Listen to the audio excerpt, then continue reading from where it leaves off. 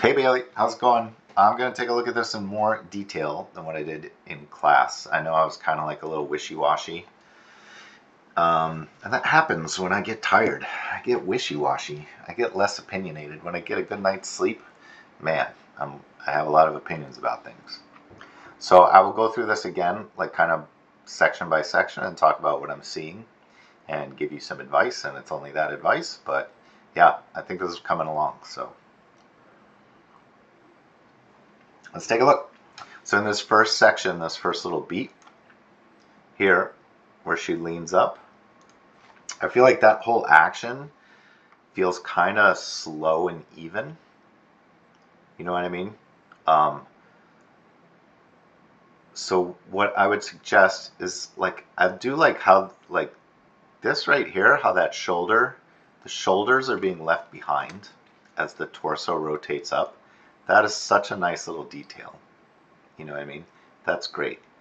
I'd love to see that carried into this second thing, if you can, without the character starting to look like deformed or something. But you could keep, you know, the wrist on and start the elbow to lift up if the shoulder doesn't feel like it has enough like room to travel to accommodate this idea. Like here to here. I don't know if, I think that was intentional, but yeah, like you really see this screen left shoulder dropping down, which is fantastic. And you see this shoulder dropping down, which is fantastic. There you go. 2 shoulder hearts. So if you can kind of keep up that idea here by having the shoulder like continue to drop down, both without the character feeling like weird, like maybe you could start dropping down the wrist a little bit while kind of like keeping that elbow in the down while continuing to rotate the torso back. I think that is the right call, and eventually the shoulders get dragged up along with the torso. But I do want to talk about this first. So this torso move is slight and tiny, and I think that's great. But the spacing here is pretty huge, right? Between what the torso's doing here and what the torso's doing here. That feels like a pretty big spacing jump, especially based on what the torso's doing here. Let's see if my lines make sense. Yeah, sorta. So what I'm trying to show is how little this first movement is from here to here. That's like tiny spacing. And then the second one is kind of big. And then the third one feels tiny again. Like why don't I track here? I'm gonna turn off this ghosting. Off, go away. I'm gonna track the clavicle. Not the clavicle, what is that called? That's that sternoid depression there. You know, now if I watch the spacing on that, all right, it's like, feels like there's a bigger jump from here to here than there is from here to here. And when the body's like getting large masses in motion, I mean, your torso, whatever. Is it a large mass? I guess it depends on how you feel about how you look. But it's a larger mass in this move than anything else. So maybe we have that take a little while to get going, and then as you're going up to this pose, then you know, it takes a little bit longer to get going and a little bit longer to slow down. And one of the things too you can do, I don't know if you're using an FK or IK spine, but how I would treat this from the side, this is some next level stuff, all right? But let's say you have this part of your spine and this part of your spine and this part of your spine, and this is the character's head, right? And we're leaning forward and we've got stuff going on with our arms, but we're not really gonna talk about that in this example. If this character wants to get into a pose like, let's see, where are you headed? You're headed to a pose like maybe this with this character, let's say. I don't know if that's accurate to what you're doing specifically. I'm starting to get a little bit into hypotheticals here. this first pose, like this top joint here, so let's see, we start maybe back with this lower back thing starts rotating this way a little bit, right? This one may stay sort of the same, right, as this, and the top one may actually be rotated a little bit forward, right? Because the head is also a big mass that's hard to get going. So maybe the movement comes from the bottom of the spine first, right? And then this top part is dragging behind to the point of like eventually the spine's going to get to like this back. Let's say that gets to a place where it's cool. And then we do the middle one.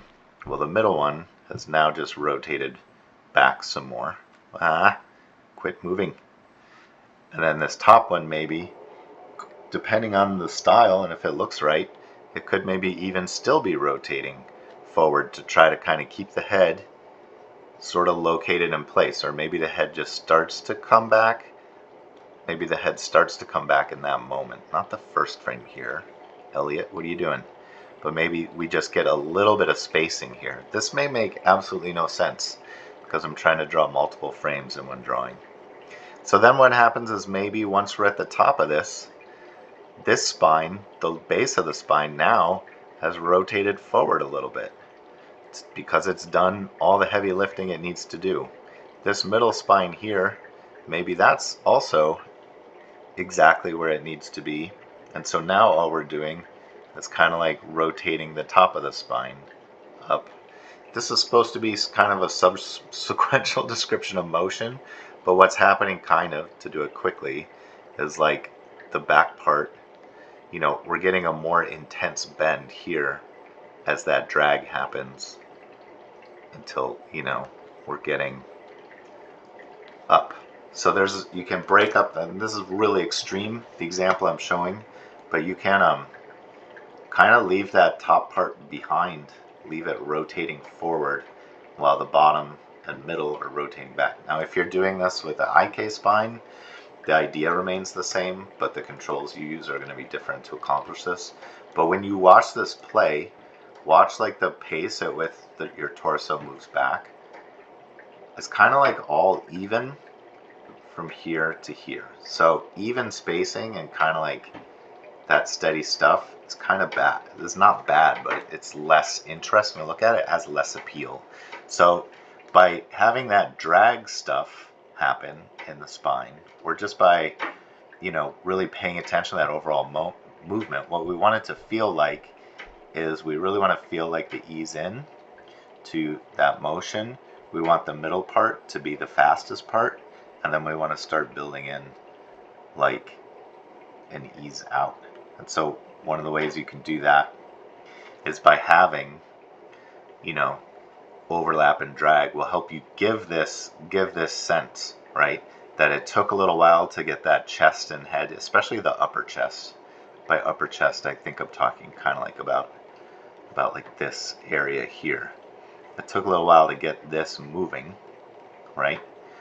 But once you get this and the head moving as well, and the head's going to be like the last thing to follow along in this whole chain, right? And then we have like another section of the torso here, and then we have probably like the lowest section of the torso here, right? So these are kind of like our three things, and if they're moving all together, it's going to make the whole torso feel kind of stiff. So we just want a little hint, a mouche-bouche of drag on the upper part of that torso, the rib cage, having the head drag kind of behind, having the lower parts of the spine arrive at their destination kind of first, or maybe even overshoot a little bit, like I drew in that crazy drawing here. I was kind of drawing the lower part overshooting and coming back forward. And having like the head and upper chest be the last thing to arrive, and kind of like come to a slower stop, right? So that's kind of how you should think about it. And when you're doing like this stepped spacing and stuff like this, it's really great. I want to encourage it, but you have to like really pay attention to your spacing at this stage, because if you spline it, it's going to feel very, very similar to this. You know what I mean? So try to like drag the top of the torso a little bit as the bottom is arriving into location. See if you can get that motion to feel like it has just a little bit more ease in and ease out. It'll make it more appealing and really, really quite cool. And then as this arm comes up, like this, you know what I mean? Maybe you already know this, but I would also like have the wrist stay behind for as long as you can, because like, you know, this is gonna be, she won't move this until she has to, kind of, until she runs out of arm, sort of, where it's comfortable, right? Because here it's like the hand just repositions on top of the thigh, so maybe you could wait a lot longer before we start like lifting this elbow up and start lifting this whole hand and wrist up, because there would be, I would think, that would be at least a small point that the person would use to kind of push, right? And we don't need to make a big meal out of it. We don't need to like lift this elbow up and be like, oh, I'm pushing myself up, because this person, like that would be appropriate if this person had just been through battle or is like half dead and is having trouble like using muscles. So like I'm saying, we're not doing this. Let me draw you something we're not doing. What a stupid waste of both of our time, sorry. But the idea is like maybe we keep that wrist pinned on the thigh at least until we want to make that little adjust there to repositioning the hand towards the top of towards the end, you know. And it might be a really fun little detail and way to break up the overall timing. You have different body parts moving kind of in different tempos and stuff. This little hand flip here from the nail from the front to the back is great. I think that's working really well right now. It feels like kind of snappy and quick. You know what I mean? I would get into this kind of like here it's still kind of like it just does this last little rotation into position move here, and I would just have it like flip up into whatever kind of like your final position of the hand's going to be, whether it's here or whether it's this rotated one here. I gotta say, I like the previous pose a little bit better. I feel like we see a little bit more of what's happening. So I would just kind of leave it here for a little bit longer instead of doing this move with it. You may be like getting ready to do this move here, but these, I don't think you need to do it yet. I think you should kind of hold it into more of like a single pose until we're really ready to flip it into here. And I think, you know, once the shoulder starts dropping and stuff, that's when the hand has to start like it's reorienting to get to this anticipation pose, because we kind of want to have a little beat of it in this pose. This is a really great pose. It reads really great. It's a really appealing hand pose. So let's show our good work off to our audience for a little bit longer and have it just kind of hold here for a beat. So to get from like here to here to here can be quicker. You know what I mean? And you can even have fun and play with like how she gets from here to here. So instead of something like this, you know, maybe the fingers kind of like relax a little bit as the hand starts to like reposition, you know, like play with it, have fun. Now I've made a mess of this drawing. I had a clear drawing under there saying no, and now I don't know what I'm doing. But anyways, you know, maybe the thumb comes out like this. I don't know. That's not a nice hand drawing, but I'm going to pretend it's because there's another drawing underneath it and not that I can't be bothered to work on the hand drawing until it's fixed. Alright, so that's kind of that section here. When we get into this,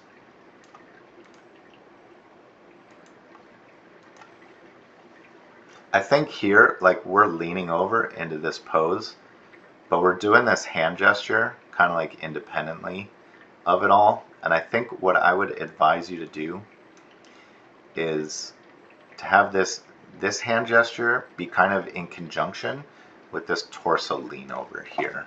So this is great. This is our target. This is where we're headed, right?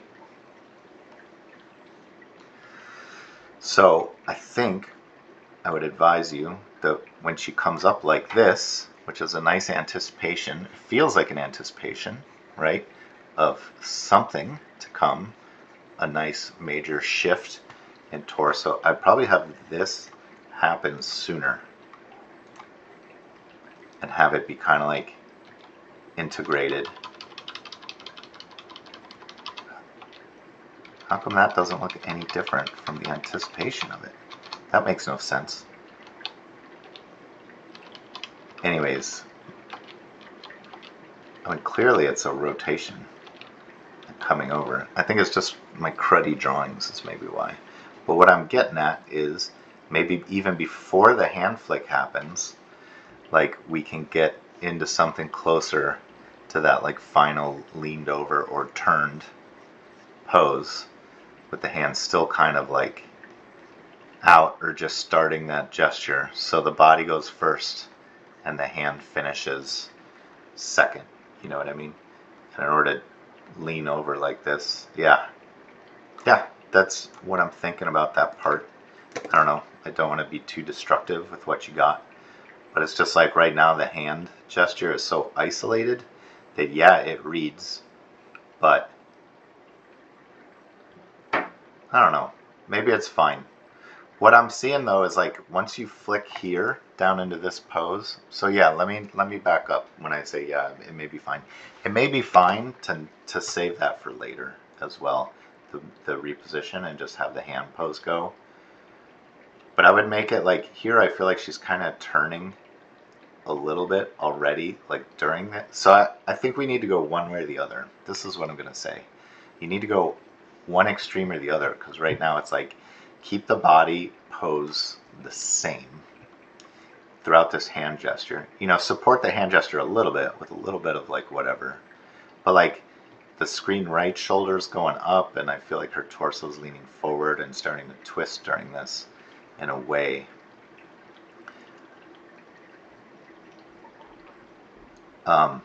And then have her like go over in a very distinct way, make it like a 1-2 kind of thing, or include that adjustment into the hand pose, into the hand gesture, and have it precede the hand gesture.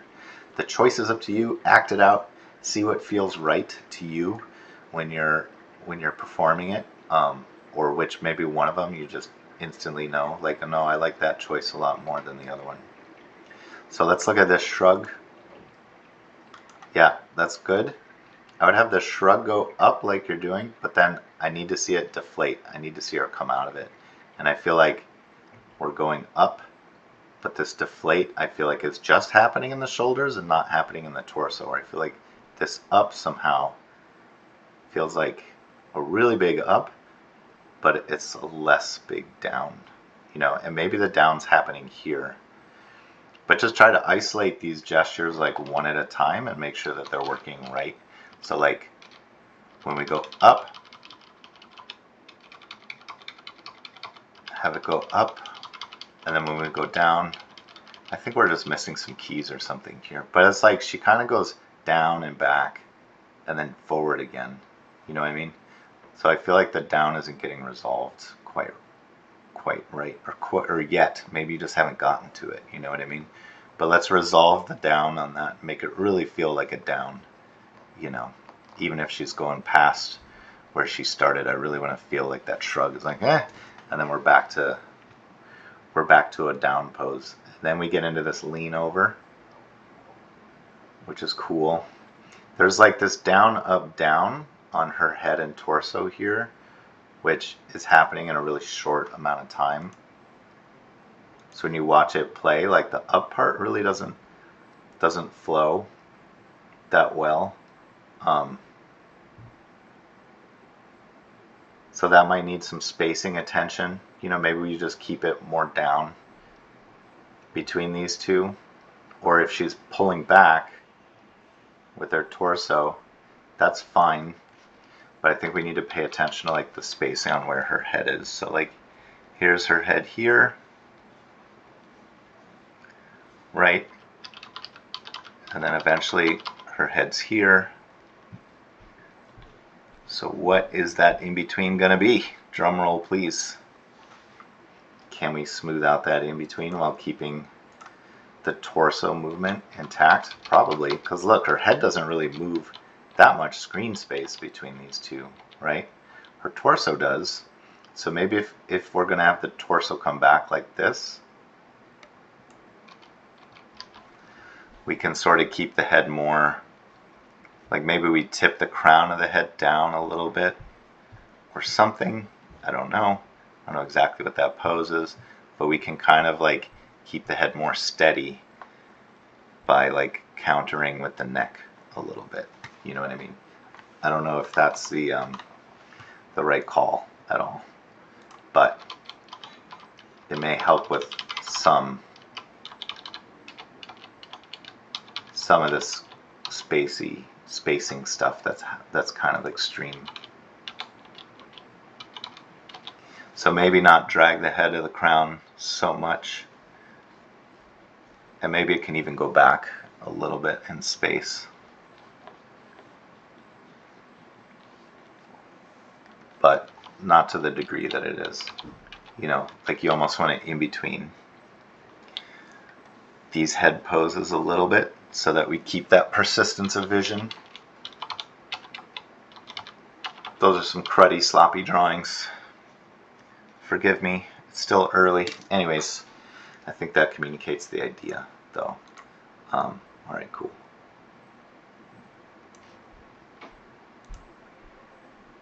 I feel like this first move here, like that's working well. So I'm just going to leave that here. You know, maybe there's more stuff that can be done to, like, as she kind of leans back, maybe we drop this shoulder a little bit to make it look like she's pushing off, like some of the force is coming up through that arm to leave, and so the hand is like, the hand kind of like once we run out of room geometry to extend, because we don't want the shoulder to look too broken as we're coming back here. You know, once we run out of room for that, then that's when we should start pulling the hand back, like in a more casual, comfortable kind of position before we are going to gesture with it. Because really soon you pick it up to do that gesture. You know what I mean? This spacing feels weird because, like, on the torso we go to the left and then we go up and then we go kind of to the right and then we go back. So I feel like that just needs a little bit of attention to smooth that out. This one maybe could be more like this one and this one. This one may be a fine in between, but this one feels maybe off. Maybe you can just in between this a little bit better to get between these two extremes. So like this extreme and this extreme, maybe the pose in between that is more just like a breakdown. And then the rest of it is looking great. So this is all coming along great, Bailey. I want you to keep it up and keep going. Yeah, but I think that it's all coming along. I think that right now you're just trying to figure out what your timing and spacing are on these in-betweens, and you're at a perfectly appropriate place to be doing that. So all that's great. So please write me if you have any questions. Oh my gosh, quit jumping around. Please write me if you have any questions. Oh, 23 minutes, crikey. All right, look forward to seeing your progress next week, and see you in class.